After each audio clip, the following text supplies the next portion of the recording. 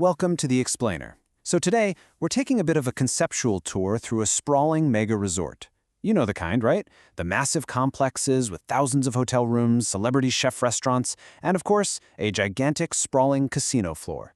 But actually scratch that. We aren't here for a holiday. We are here to define the exact, precise boundaries of the casino's and gaming sustainability standard. Where exactly does the casino end and the hotel begin when it comes to reporting? Well, let's find out. Okay, let's dive into this. The framework we are exploring today is the SASB Casinos and Gaming Standard. And just as a quick reminder, these standards are now under the authoritative stewardship of the International Sustainability Standards Board, or ISSB, which is part of the IFRS Foundation. What we're covering today reflects the most updated guidance, specifically the version that's effective for all annual periods beginning on or after January 1st, 2025. Here is our roadmap for The Explainer. We'll shatter the mega resort illusion, draw our boundaries, step inside the casino standard, shift to protecting players, follow the money, and finally, grab the big sustainability takeaway.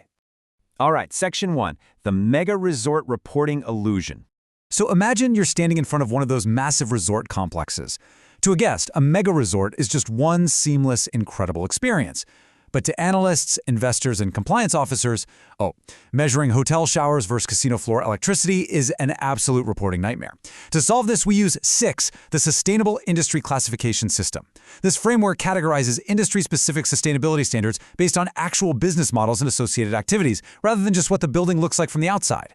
SICS is literally the primary tool we use to figure out which rules apply to which parts of a massive corporate operation. Moving right along to Section 2. Drawing the SVCA boundary. And this brilliantly illustrates how we do it.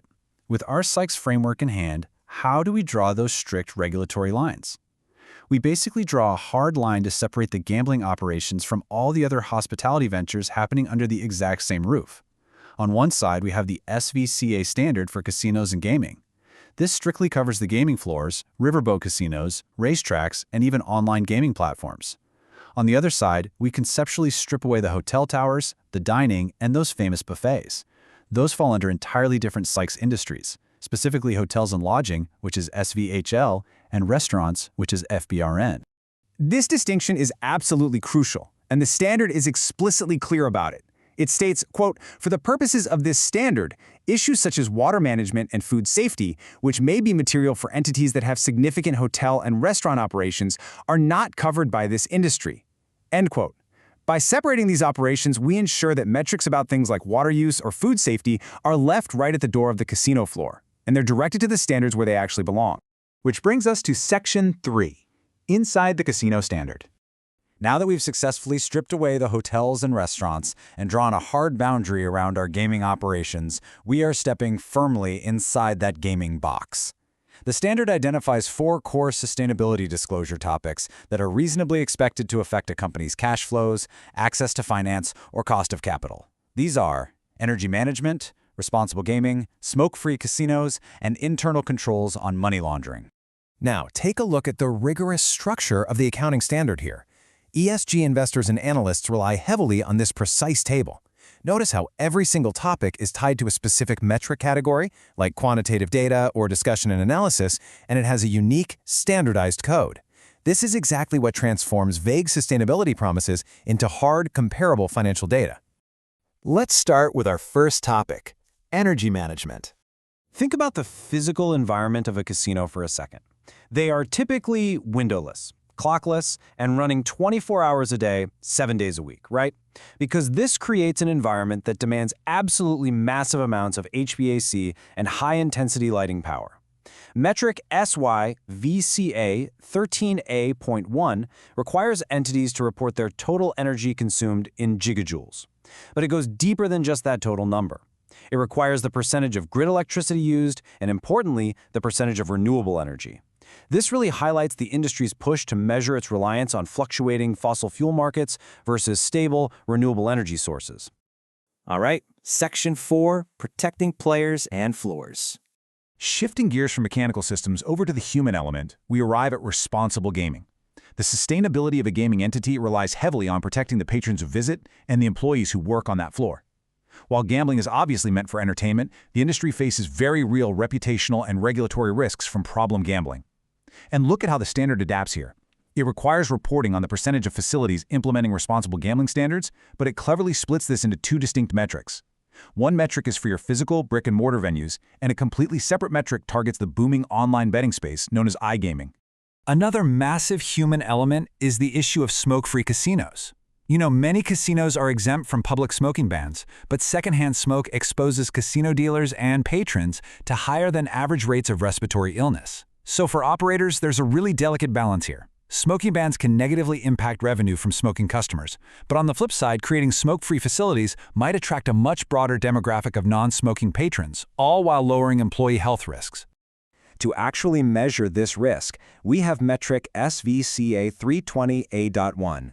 This is a highly specific, quantitative metric. It measures the exact percentage of the gaming floor area where smoking is actively permitted.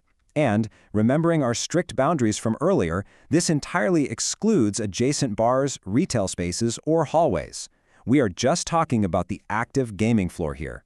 So the crucial point is that while measuring the floor area is definitely helpful, it doesn't tell us enough about the actual human exposure. That is exactly why the standard includes SVCA 20A2.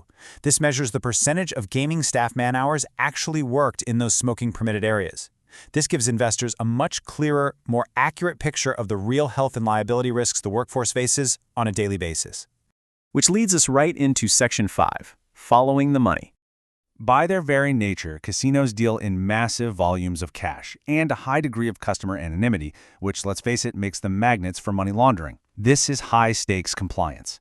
The standard requires a thorough discussion and analysis of an entity's anti-money laundering or AML policies. This means detailing strict internal controls like know your customer protocols, rigorous transaction monitoring, capping ticket in/ticket out redemptions at kiosks, and completely barring high cash-for-cash exchanges above certain thresholds. Failing to enforce these controls can lead to criminal prosecution and some pretty massive regulatory penalties. And that leads us to the ultimate financial accountability metric for this topic. SVA 510A.2 requires the disclosure of the total monetary losses resulting from legal proceedings associated with money laundering. This exposes the total financial damages, whether that's from civil actions, regulatory penalties, or even criminal judgments resulting from failures in those internal controls we just talked about. Finally, Section 6, the sustainability takeaway. Now, what's really interesting about this slide is how we make sense of everything we've just covered. We've drawn strict boundaries around mixed-use resorts, measured energy in windowless rooms, tracked man-hours in smoking areas, and looked at anti-money laundering protocols. But to make sense of all these metrics, investors need context. These activity metrics allow analysts to scale the data. Knowing the number of tables, the slots, the active online customers, and the total square meters of the gaming floor allows analysts to normalize the sustainability data. This means they can fairly compare a massive Vegas mega resort to a regional riverboat casino. And that brings us to a final question for you to consider. When you look at sustainability reporting in the gaming industry, are you getting a muddy picture of a massive mixed-use resort? Or does the reporting clearly draw that SICS boundary right around the casino floor? Understanding what is and what isn't part of the standard is absolutely key to evaluating risks in this space. Thank you so much for learning with me on this explainer today. Keep analyzing, and I'll see you next time.